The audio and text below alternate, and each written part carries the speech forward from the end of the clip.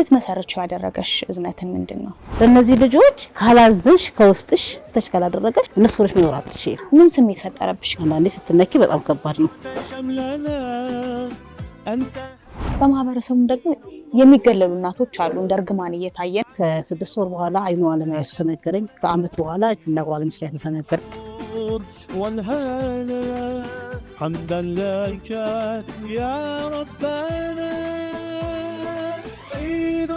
ገጠመኝ ይኖራል በዓል ላይ አረፋ ላይ እኔ መጫወቻ ቦታ የጆሄጂ ልጅ እንደዚህ መታየችኝ እና ህልት ይገው ምን ልታረጋ መጣሽው? እዝነት ማለት ምን ማለት? የኛ ልጆች ግን ተዘጋጅቶ እንኳን የቀረበላቸው ምግብ አስተው ብላትም አይችልም። ማህበረሰቡ ጋር ስትይ በጣም ችግር አለ ማለት እንግዲህ የተራበ ሁሉ የሚጠግብበት የተቸገረ ሁሉ የሚደሰትበት መልካም በዓል ይሁንልን። الله الله እንኳን አደረሳችሁ። አረፋ ላይ ነው የምንገኘው። ለህዝበ ሙስሊሙ በሙሉ መልካም የአረፋ በዓል እንዲሆንላችሁ እንመኛለን። አሁን ደግሞ እንግዲህ በዓልን አረፋን ስናስብ ደግሞ በተለይ ዘመድ መጠየቅ ዘመዶቻችንን እንኳን አደረሳችሁ ማለት አለና ዛሬም እኛ አንድ ቦታ ተገኝተን እንኳን አደረሳችሁ በዓል እንዴት እያሳለፋችሁ ነው ለማለት አንድ ድርጅት ውስጥ ነው የምንገኘው። እዝነት የበጎ አድራጎት ድርጅት ከነሱ ጋር በዓልን እናሳልፍ እዚህ ተገኝተናል። እናንተም እስከ ፕሮግራማችን ፍጻሜ ድረስ አብራችሁን ትቆዩ ዘንድ የአክብሮት ግብዣችን ነው። መልካም በዓል ይሁንላችሁ። መልካም የአረፋ በዓል። ወደ ውስጥ ገብተን ደግሞ ከነሱ ጋር ልዩ ቆይታ ይኖረናል። አብራችሁን እንድትቆዩ ጋበዝኳችሁ። መልካም በዓል።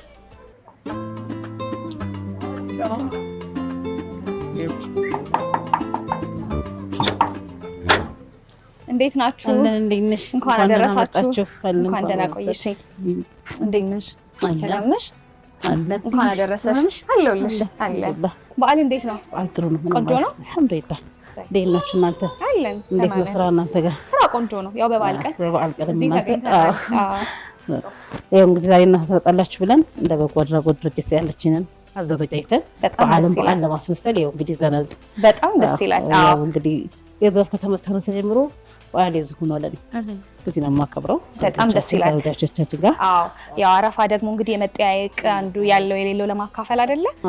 ትልቅ በዓሉ ይዞታው ደስታው ይሄ ነው። በቃ ያለሽም ማካፈል በጣም ደስ ይላል። ስለዚህ አሁን ልጆቹን እንግዲህ እንኳን አደረሳችሁ በዓል እንዴት ነው በዓል እንዴት ያሳለፋችሁ ነው ብለን እነሱን አየት እናርጋቸውና ከዛ እንጫወታለን ቁጭ ብለን። እንዴት ናችሁ? እንኳን አደረሳችሁ። በዓል እንዴት ነው ማማ?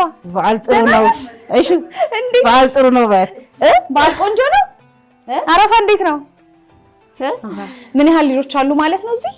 እዚህ 12 ልጆች። እሺ እዚህ 12 ልጆች አሉ። እነዚህ ልጆች ሲቲ ጉዳተኛ ናቸው።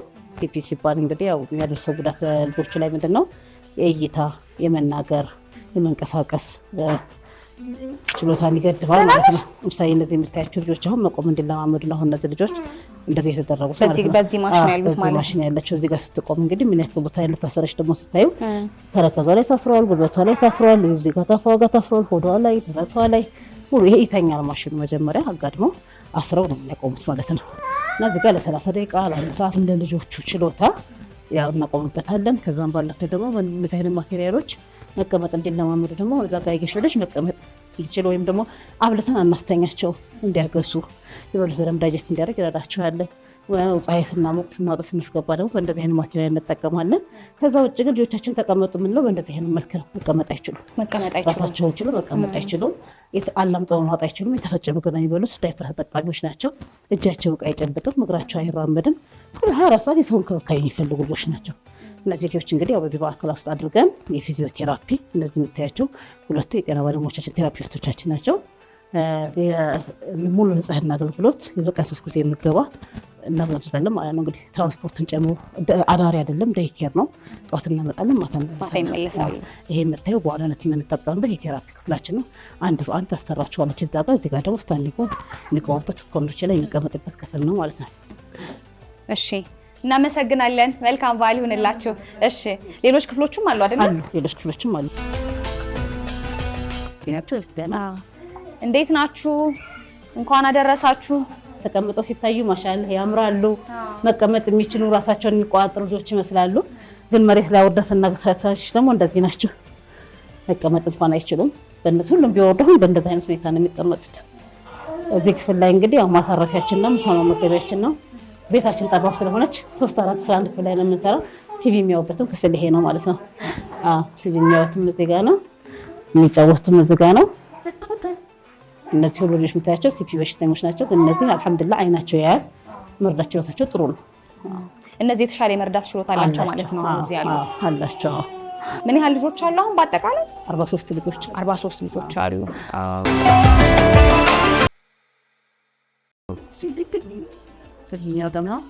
እንዴት ናችሁ? እንኳን አደረሳችሁ።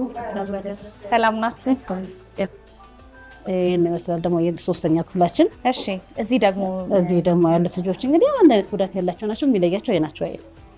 እነዚህ የምታያቸው ልጆች አይናቸው እኛ ይመስላል ጽድት ያለ አይን ይዘዋል፣ ግን ጉዳቱ ግን ያው እጃቸው ዕቃ አይጠብቅም፣ እግራቸው አይራመድም፣ ምላሳቸው አትናገርም። በጆሮው ያይሻውን ቀና ይላል። ድምጼን እየሰማ የኔ ልጅ ነው። ማሜ ድምፅሽን ሰምቶ ነው። ማሜ አንቺ ልጅም እዚህ ነው ያለው? አዎ እሱ የኔ ልጅ ነው። ባባ ሐሙድ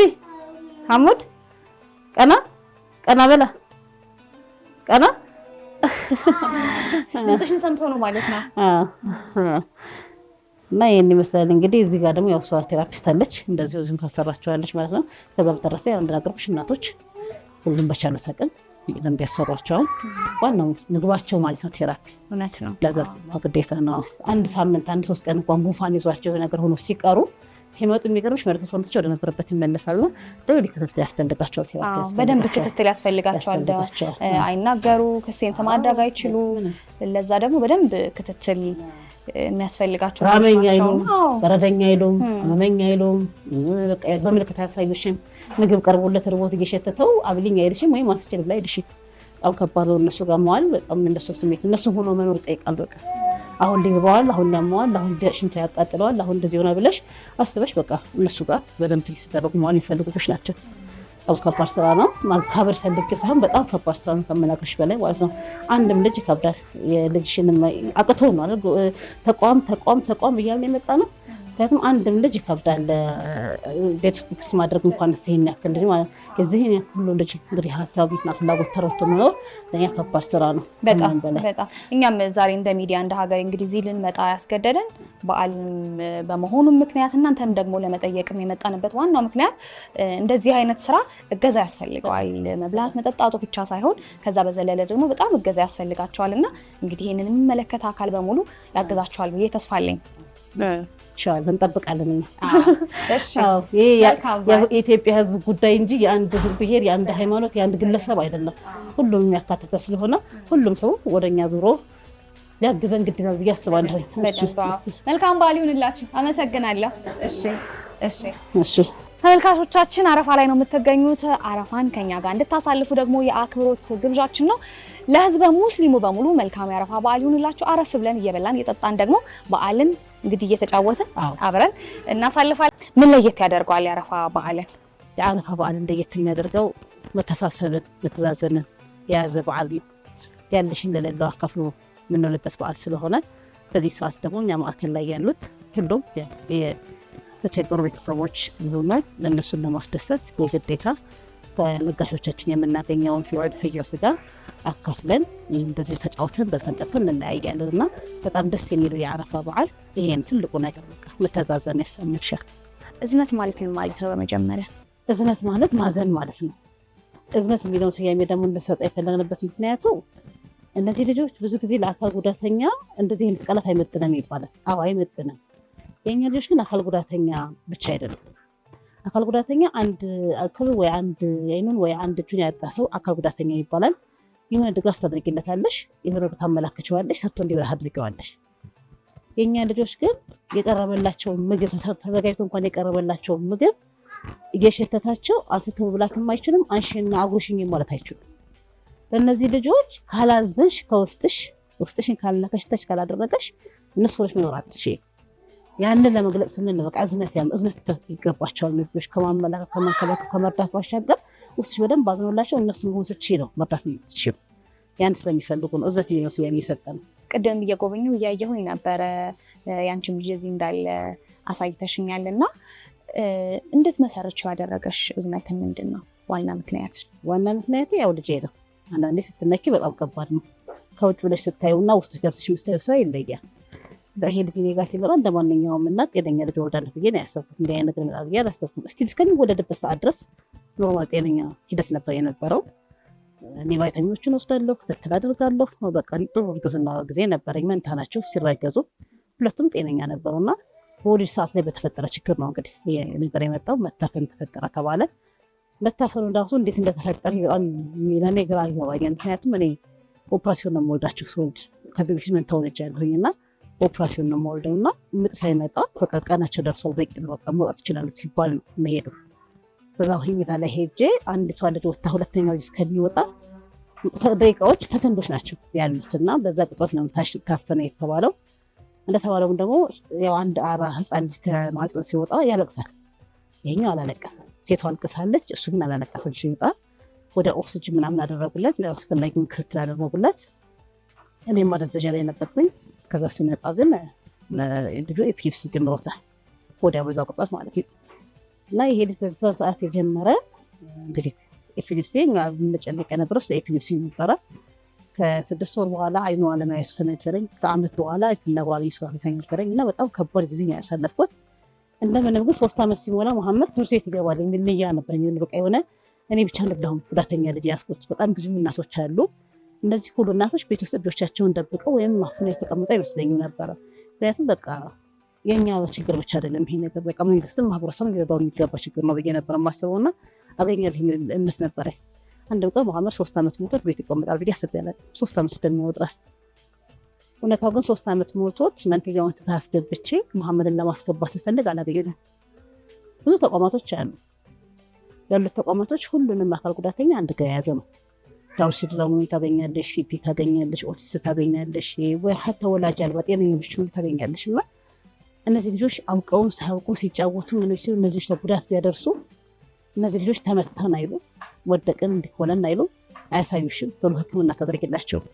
ስለዚህ እንዴት ነው እኔ ልጄ ከነሱ ጋር ጥዬ እኔ ውጭ ወጥቼ ስራ ሰርቼ እገባለሁ የምለው? እኔ ነጋዴ ነኝ፣ ኦቶዶች ማለት ነው የምገባው።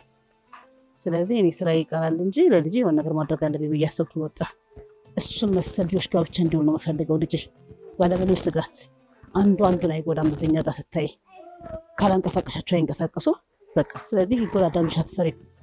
ስለዚህ እንዴት ነው ከነዛ ልጆች ጋር ልጄ ቀላቅዬ እኔ ውጭ ወጥቼ ስራ ሰርቼ የምገባው? አመመኝ፣ በረደኝ፣ ተመታሁ የማይለኝ ልጅና መመስረት አለብኝ። በቃ ይሄ እኔ ብቻ ችግር ሳይሆን የብዙ እናቶች ችግር ብዬ ነው በዛ ምክንያት መመስረት የተገደርኩት።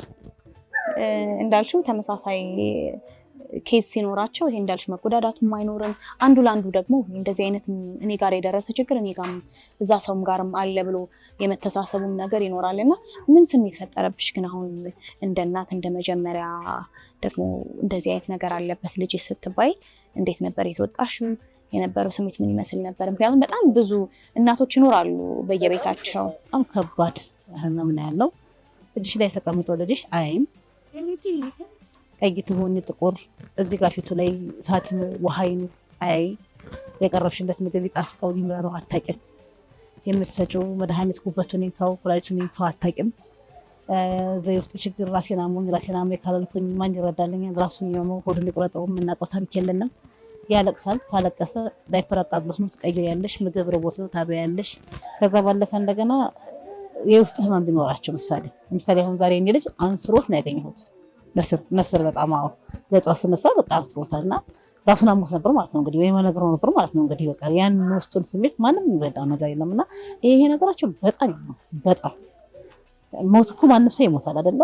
የእኛ ልጆች ሞት ግን ከምንም በላይ ከባድ ነው። አንድ ቀን ምንህን ነው ሳትየው፣ አንድ ቀን ርቦኛል፣ አሞኛል፣ ተመችቶኛል፣ አልተመቸኝም የሚለውን ነገር ሳሰሚ ሲሄድ በጣም ማለት ነው በጣም ከባድ ነው የእነዚህ ልጆች ማሳደግ። እነዚህ ጋር መኖር ማለት እንጃ አይደለም በወላጅ በተመልካች ለሚሰው ሁሉ በጣም ከባድ ነገር ነውና ይህን አይነት ህይወት ነው እንግዲህ እየገፋን ያለ ነው። አሁን እኔ 11 ዓመት እንግዲህ እኔ በ11 ዓመት እንግዲህ በዛ ልጅ ነው ያለው 11 ዓመት ነው አሁን በዛ ልጅ ነው እየኖር ያለ ነውና ህመሙ በጣም ከባድ ነው። እንደዚህ አይነት ችግር ደግሞ ሲደርስ እንግዲህ በህብረተሰብ ውስጥ እንደ እርግማን መታየት፣ እናቶች እንዲገለሉ፣ ስራ እንዳይሰሩ፣ ልጆችም እንክብካቤ ያስፈልጋቸዋል። ቤት ውስጥ ቁጭ ብለሽ እነሱን መያዝ ይኖርብሻል። ወጥተሽ ደግሞ ስራ መስራት አለና በማህበረሰቡ ደግሞ የሚገለሉ እናቶች አሉ እንደ እርግማን እየታየና እሱ ነገር እንዴት ነበር አንቺ ጋር? ለነገር ሲመጣ የሚገርምሽ አንዳንድ እናቶች በተለይ ከክፍለ ሀገር ይመጡና ዊልቸር የለንም እንደዚህ የለንም ይላሉ።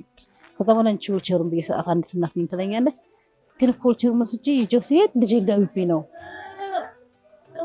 ይሄን ያክል ዓመት እንግዲህ ልጁ ከቤት አልወጣም ማለት ነው። ፀሐይ ሞቀኝ ሞቀ እንዴት ነው ዛች በራፌ ጋር የክፍለ ሀገር ቤት ነው ያው ግድ ቤት ነው የክፍለ ሀገር ቤት እንደ አዲስ አበባ እንትን አይለው እንደዚህ አይልም። እና እንዴት አድርጌ ያደርገዋል? የልጅሽን መዳን ከፈለግሽ የልጅሽን ለውጥ ከፈለግሽ የሰውን አይን አትፍሪ። በቃ ለልጅሽ የሚጠቅመውን ነገር ብቻ ነው። ፕሮቲን የምትኖሪው አንቺ ነሽ፣ እነሱ አይኖርልሽም። በእርግጥ ያሳቃል። እኔ ልጄን የጥርስ ሐኪም ጋር ሲሄድና የነርቭ ሐኪም ጋር ሲሄድ የሚሰማኝ ስሜት እኩል አይደለም። ጥርስ ሐኪም ጋር ስትሄጂ ኖርማል ጤነኛ ልጅሽን ታገኛለሽ።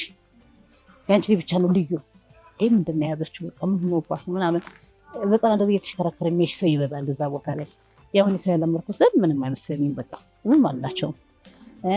ነርቭ ሐኪም ጋር ስትሄጂ ደግሞ ያንቺ አይነት እናት ነው የምታገኘው ጠቅላላ እዛ ቦታ ላይ። እንዴት ነው ልጅሽ ልትጠያየቂበት፣ ምን ለውጥ አገኘሽ፣ ምንድን ነው ያለው ነገርሽ የምትጠያየቂበት ቦታ ላይ እና ይለያል ስሜቱ ራሱ በጣም ከባድ ነው። እንኳን ጎረቤትሽ ምናምንሽ ደግሞ ጫና ሲፈጥርብሽ በጣም ከባድ ነው። እኔ መጀመሪያ ዝነሰን ስመሰረት ቤት ለቤት እየሄድኩ ነበር። መጀመሪያ ያገኘናቸው አንድ ቤት ስገባ ዳይፐር ቀይራ በር ላይ ታስቀምጣለች። ውሻ መጥቶ ዳይፐሩን ይወስድባታል። ጎረቤት ይሰድባታል። ልክ እንደዛ በዛች ሰዓት ነው የደረስኩት እኔ። ይህ በቃ እድሜ ልክ ነው ምናምን እና ምን እሷ እኮ ወዳ ፈቅዳ ያመጣች ልጅ አይደለም። ያ ልጅ እኮ በቃ ከፈጣሪ ተሰጥቷት ነው። ነገ እሷችን የትሴት እንደማይገባ ምን ዋስትና አላት? ከደቂቃ በኋላ የሚፈጥረን ነገር ምን እናውቃለን?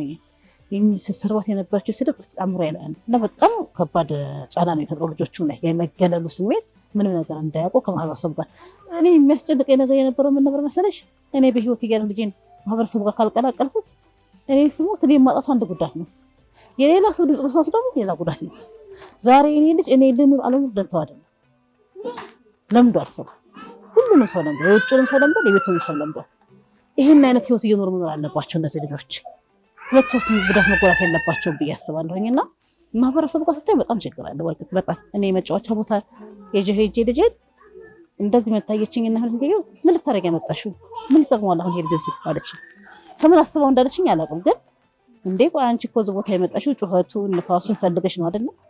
ወይም ልጆችሽ የመጡት እዚህ ቦታ የኔም ልጅ እኮ እሱን ይፈልጋል አልኳት። እዚህ ጋር ማስተላለፍ መልዕክት አሁንም ቢሆን ጉዳተኛ ልጅ የያዛችሁ ቤተሰቦች ማንም የልጆቻችሁ ቤት አይኖርም። እናንተ ናችሁ ይችላል። ስለዚህ ለልጆቻችሁ ድምጽ ሁኑ፣ ለልጆቻችሁ ውጡ፣ ልጆች የሚያስፈልጋቸውን ነገር አድርጉ። በቃ የሚጠቅመን ያ ነው። ሰው ፋሚሊኛል ያልበት ባለ ቁጥር ልጃችን ወደ ባሰ ጉዳት እየወሰድን ነው። እኛም እነሱ አብረን ተጎርተን እየወደቅን ያለ ነው። ስለዚህ የማንነት መስማት የለብንም ብዬ ነው የማስበው እንጂ በጣም መገለሉ አለ፣ ፍርሃቱ አለ። እህ ብሎ የሚያዳምጥሽም የለም። በዛ ላይ ደግሞ የተቸገረ ሰው መውራት ይፈልጋል። ይሁን የሚቀለው ነገር አለ ሲያወራ፣ ያንን የሚያጋራሽ የሚያዳምጥ ሰው አታገኝም እና በጣም ከባድ ነው። እዝነት ትልቁ ነገር ብዬ የምለው ሲያወሩ ሲጥሉ ለቅሶ ሲደርሱ ሲወልዱ ሲደረዳዱ ማህበራዊ ህይወቷ አለ። በቃ እዚህ ጋር ይሄ ተገላ የነበረች እናት ወደ ስራ ገብታለች። ኢትዮጵያ አንድም እናቶችን ወደ ስራ የምናስገባው አንደኛ ተምራ እውቀት እያላት ጉልበት እያላት ሰርታ ብላት እየቻለች በልጇ ምክንያት ተጥፋቱን ቤት ቁጥላለች አይደል? ያቺና ወደ ማህበረሰቡ መቀላቀል ነው። በቃ ማህበረሰቡ ጋር መገናኘት ነው አንድ። ሁለተኛ ነገር እንደገና ኢንካም አላት፣ ሰርታ ደሞዝተኛ ናት፣ በፋክሪዋለች። ለልጆቹ ደግሞ እንደሷ ሆኖ የሚያገለግለው የለም። ለምን የእነዚህ ልጆች ችግር በስፔሻሊ ለሰለጠነች እናት እንኳን ብታመጪ እንደነሱ አትታገስልሽ የሚሆን ነገር የለም። ስለዚህ ለድርጅቱ ጥሩ ግብአቶች ናቸው፣ ለልጆቹም ደግሞ እናቶቻቸው ናቸው። ስለዚህ በጣም ይሄ ማህበረሰቡ ላይ ያለው ነገር በደንብ መሰራት አለበት ብዬ አስባለሁ። በዚህ አጋጣሚ አረፋ ነው በዓላችን። ቡናሽን ቀዘቀዘ ተመሰጥኩኛ። ቡናሽን እየጠጣሽ የመሰጣጠት በዓል ነው፣ የመረዳዳት በዓል ነው። አረፋውን ነገም ከነገ ወዲያም ይቀጥላል። 3 ቀን በተለይ ዋና አረፋ በዓላችን ነውና ሁሉም ሰው ያለውን ነገር ወደ እዝነት ይወረውር። በዓሉን ምክንያት በማድረግ መጥተው ቢጎበኙን ቢያዩን። ፕሮግራም ያየ ሰው በሙሉ እንግዲህ መጥተው እንደሚጎበኛችሁ ተስፋ አለኝ። እንዳልሽው አረፋ ላይ ነው የምንገኘው እና በዓልን ሁሌ እንግዲህ እዚህ እንደምታሳልፍ ይነግረሽኛል። የአረፋን በዓል እና እንደው ገጠመኝ ይኖራል በዓል ላይ አረፋ ላይ ገጠመኝ እንኳን የቤቴ እንኳን 5 ዓመት ሆነኝ እናቴ ጋር የሚያሳልፉ ልጆች የራሱ እንትኑን አረፋን ሄደን ቤት ይበላል። አረፋን ግን ምክንያቱም እድህያ ስጋ ለማከፋፈል ያለ ገጠመኞቻችን እንግዲህ ብዙ ጊዜ ስጋዎቻችን ለአረፋ በዓል አይደርሱልንም። ነው ከሰላት በኋላ ነው የምናርዳቸው። ተካፋፊ ሰዓቱ ይሄድብሻል። ምሳሳይ እንግዲህ 10 ሰዓት ሳይሆን ይችላል።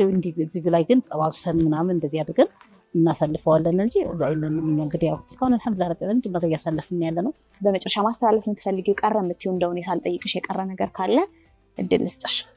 ማስተላለፍ የምፈልገው እንግዲህ ያው ለመላ ኢትዮጵያ ሕዝብ እንኳን ለኢድ አልአድሃ በዓል በሰላም አደረሳችሁ ነው የምለው። ለቤተሰቦቼ፣ ለእናቴም፣ ለወንድሞቼም፣ ለእህቶቼም ሁላችሁ እንኳን አደረሳችሁ ነው የምለው። እናንተንም በጣም ነው የማመሰግነው እዚህ ድረስ መጥታችሁ እንግዲህ ችግራችንን አረፋ ውሏችንንም ማየታችሁ ለማህበረሰቡ ማየት አለበት መርዳት አለበት ብላችሁ ስለመጣችሁ በጣም ደስ ብሎናል። ማስተላለፍ የምፈልገው ከዚህ በተረፈ ማንኛውም እናት አንገቷን ደፍታ መኖር የለባትም። ማንኛውም ህፃን የሰው በት መኖር የለበትም። ይሄ የኛ ብቻችን ጉዳይ አይደለም፣ የኢትዮጵያ ህዝብ ጉዳይ ነው፣ የመንግስትም ጉዳይ ነው። ትኩረት ሰጥቶት መንግስት ይሄንን ነገር ጆሮ ሰጥቶት ቦታ ሰጥቶት በደንብ በሰፊው ማዕከላችን እንዲገነባ እንፈልጋለን። ምክንያቱም እኛ እያረጀን እየደከምን ልጆቻችን እያደጉ ነው።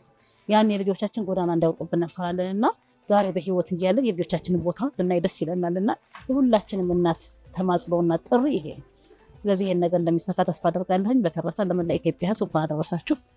አመሰግናለሁ። የተከበራችሁ ተመልካቾቻችን በዓልን አረፋን ከሀገሬ ቴሌቪዥን ጋር ነው ያሳለፋችሁ የምትገኙት። አሁንም አብሮነታችሁ እንዳይለየን እንጋብዛለን። በጣም ደስ ይላል ምግቡ ቀራረበ።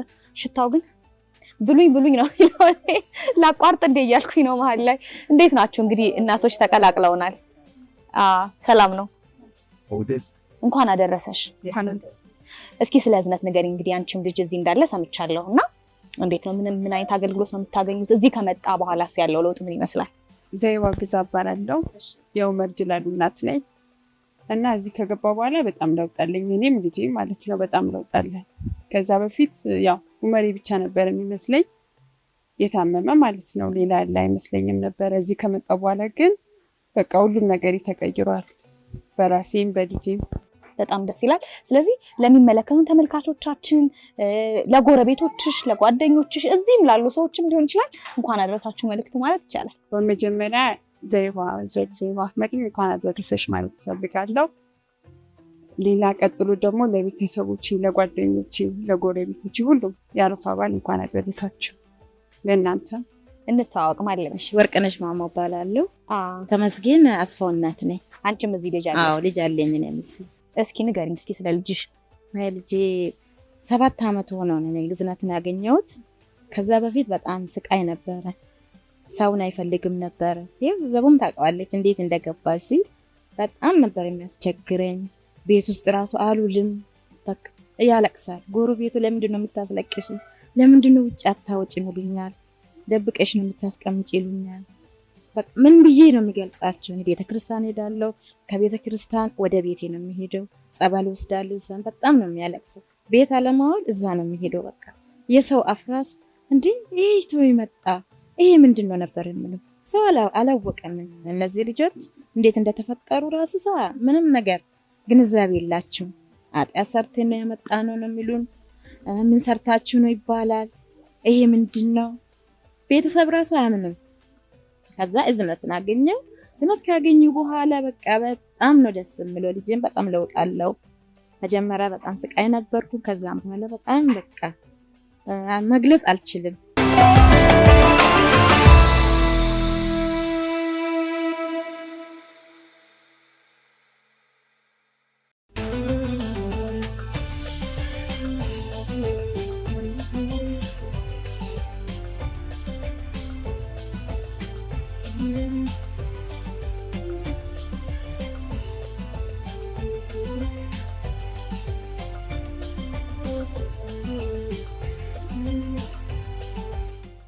እንግዲህ በላን ጠጣን፣ አረፋ ላይ ነው የምንገኘው እና በጣም ቆንጆ ምግብ ነበረ። በጣም አመሰግነው።